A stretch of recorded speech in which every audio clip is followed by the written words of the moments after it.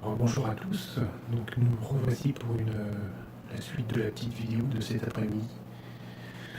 Donc là, la nuit est tombée, la mise en station a été faite, et donc actuellement, on est en acquisition. Alors, voilà, la mise au point est faite. Donc là, voilà la représentation de ce qu'il y a sur l'écran Philips 22 pouces. Donc là, nous sommes sous le logiciel Prism.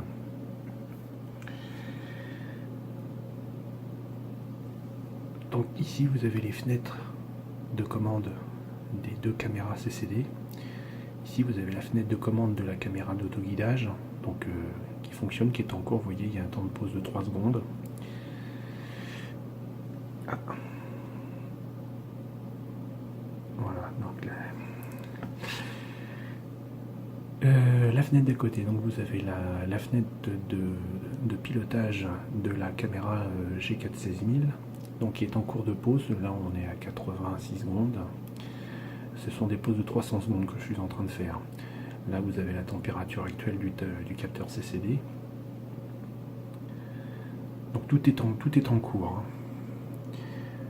Ici, vous avez la fenêtre de commande du FLI Atlas, donc qui est le système de mise au point automatique qui est installé sur la télévue.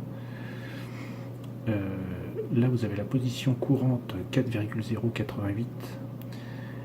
C'est la position en millimètres du focuseur actuellement. Donc il a fait la mise au point automatique au tout début de la nuit.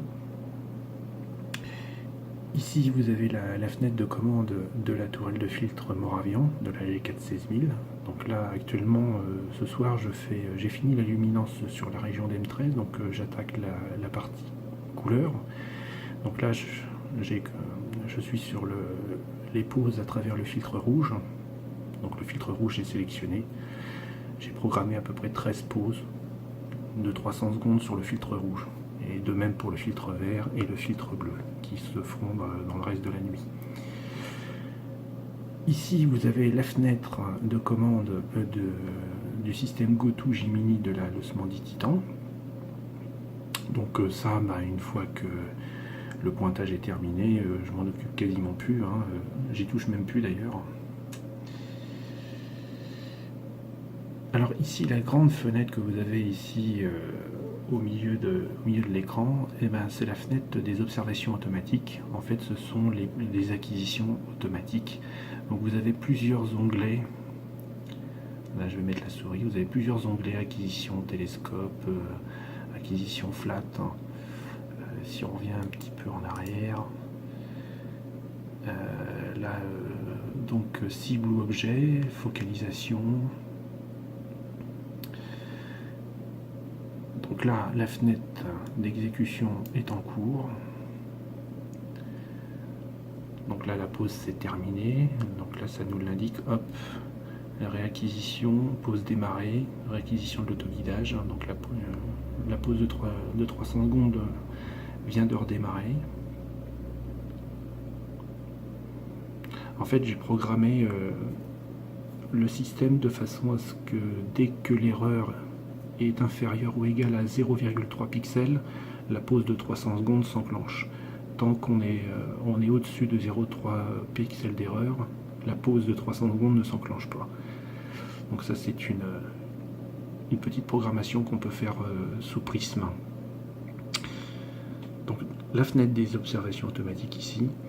Ensuite, à côté, état du télescope. Alors moi, je me mets surtout sur l'onglet gêneur. En fait, vous voyez la Lune, sa hauteur actuelle dans le ciel, donc plus 0,8 degrés. Vous avez son coucher. Donc il reste 1h01 et 22 secondes avant le coucher de la Lune. Et puis en dessous, vous avez les informations concernant la hauteur du Soleil, qui est à moins 20 degrés en dessous de l'horizon. Vous avez le crépuscule qui est ici, la hauteur maximum et ce qui est le temps restant avant le lever de soleil.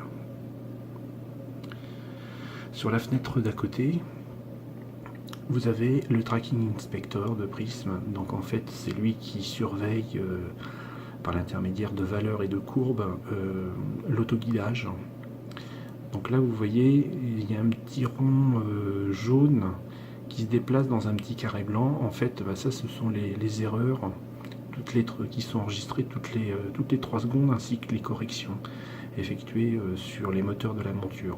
Correction effectuée par le câble Ethernet qui est relié entre le PC là ici dans la véranda et le Gemini et le port Ethernet du Gemini qui est sur la monture Titan.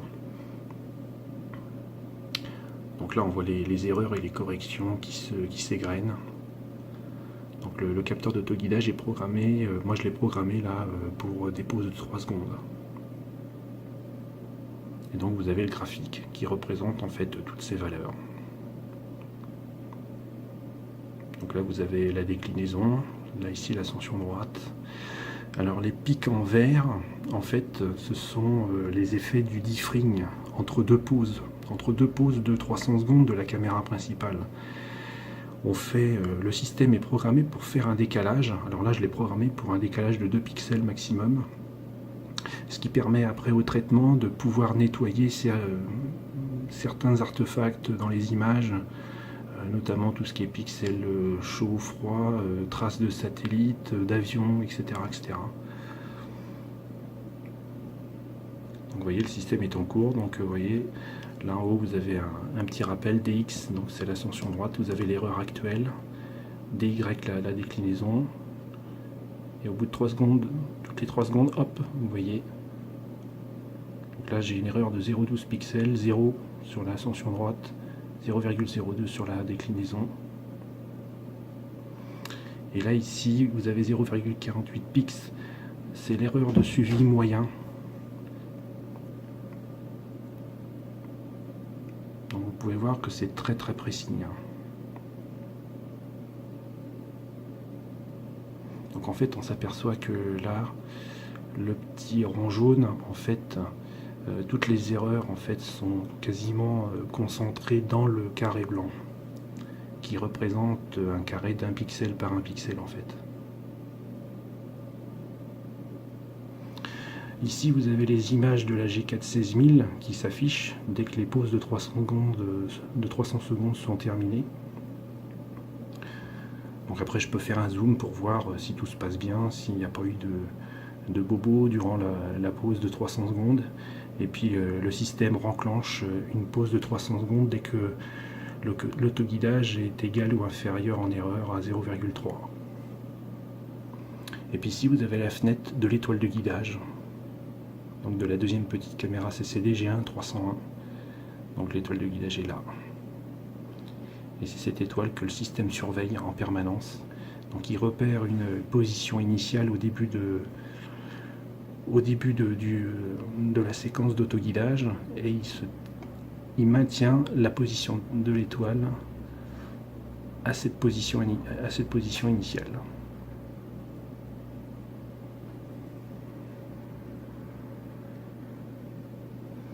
Et en arrière-fond, vous avez la cartographie donc de prisme. Donc là, ici, le rond jaune que vous voyez là, ça représente la position actuelle du télescope, donc qui est sur le grand amas globulaire d'M13 et sa région environnante. Alors là, on ne voit pas complètement la cartographie parce que vous pouvez voir qu'il y a beaucoup de fenêtres de pilotage de caméras, de systèmes de mise au point, etc. Donc il y a beaucoup de choses, beaucoup de choses.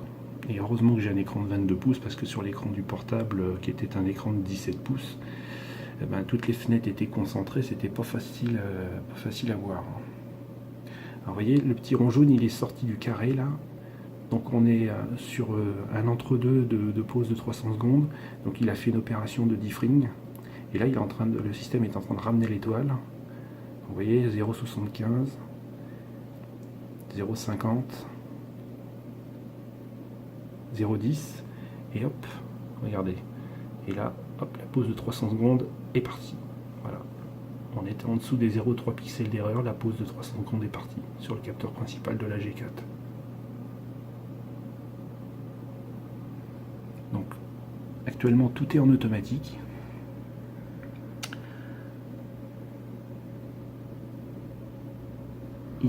J'ai programmé toutes les 90 minutes une une mise au point de contrôle. Donc là je ne sais pas à quelle heure à peu près il va la faire. Donc toutes les 90 minutes il va arrêter les pauses du système d'autoguidage, de la G4-16000. Il va se diriger sur une étoile du champ qui permet d'avoir une magnitude de 9 ou 10 pour pouvoir faire la mise au point correctement. Il va la vérifier. S'il voit qu'il peut y faire une amélioration, il fait une amélioration sur la mise au point. Sinon, il laisse la mise au point initiale en début de nuit. Alors ce qu'il faut savoir, c'est que la télévue NP100IS que je possède, comparée à d'autres lunettes comme par exemple la FSQ 106 de Takahashi, le tube de ma lunette varie en fait très peu par rapport à la température, ce qui est un gros problème sur les Takahashi FSQ 106 qui varient énormément en mise au point et qui peut dans certains cas être une vraie galère. Donc moi j'avais choisi la télévue justement parce que c'était plutôt stable et ça se confirme de par mes nuits en imagerie. Il y a très peu de changements de mise au point. Une fois que le tube est en température, c'est vrai qu'elle varie très peu quand même. Donc voilà, le système est en route. Donc éventuellement, si je pouvais, là, je pourrais aller me coucher directement.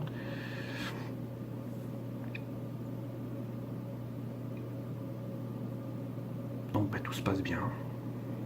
Il n'y a pas de souci.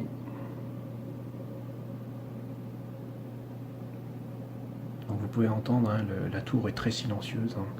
Donc vous avez les loupiottes Ethernet à l'arrière.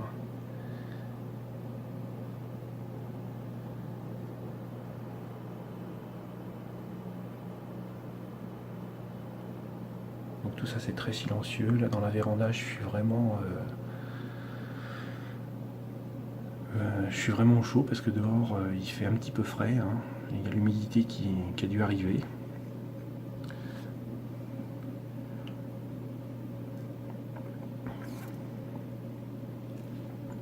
Et donc ça permet de contrôler, disons, relativement confortablement tout le système, quoi.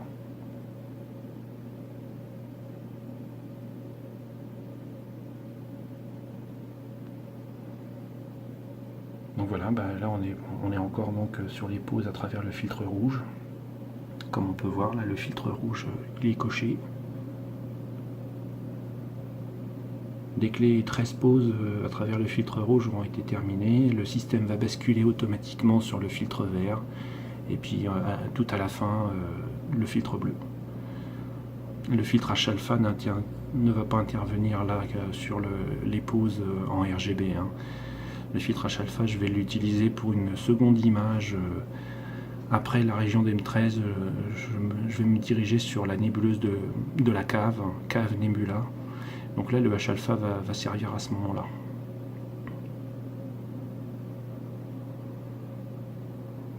Donc comme vous pouvez voir, hein, tout ça c'est vraiment un environnement relativement puissant. Hein. Ça permet de faire des acquisitions complètement automatisées.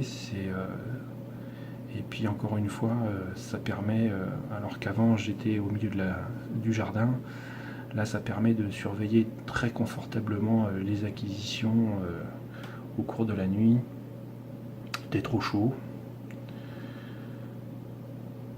de ne pas être les pieds dans l'humidité notamment. Donc la nouvelle installation a permis vraiment d'apporter un énorme confort. Donc voilà, on va continuer, on va laisser les pauses s'égrener au fur et à mesure de la nuit. Donc c'était juste uniquement pour vous présenter donc, les acquisitions automatiques de manière très simple, puisqu'il y a beaucoup de paramètres à rentrer hein, dans le logiciel Prism. Donc c'est des paramètres qui... c'est en fonction du matériel que l'on possède, de la façon dont le matériel réagit aussi également, hein, parce que chaque matériel n'est pas au même niveau. Donc on adapte les réglages en fonction de la réaction mécanique de la monture, etc. Donc il y a beaucoup de paramètres à rentrer avant que tout ça puisse fonctionner vraiment correctement. Mais j'ai pas trop à me plaindre. Les premiers paramètres que j'avais rentrés, c'est les mêmes que j'utilise là actuellement. Donc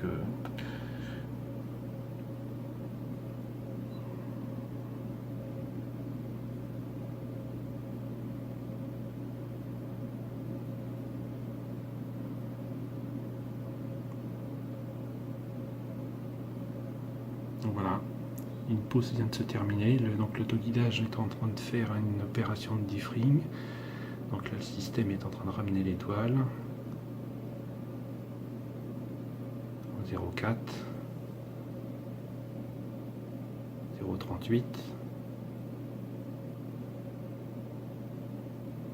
Donc des fois le système il ramène pas tout de suite. Hein.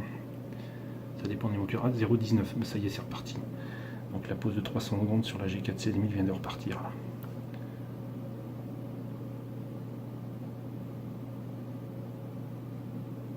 Donc voilà, il fait ces opérations de manière répétitive pendant toute la nuit, de ce que je lui ai programmé. Et soit je reste derrière l'écran pour faire de la surveillance, mais dans ces cas-là, ça me permet de faire autre chose, soit de travailler sur la grosse tour de traitement à la maison, ou alors carrément d'aller dormir pour essayer de me reposer un petit peu. Donc voilà, à très très très bientôt.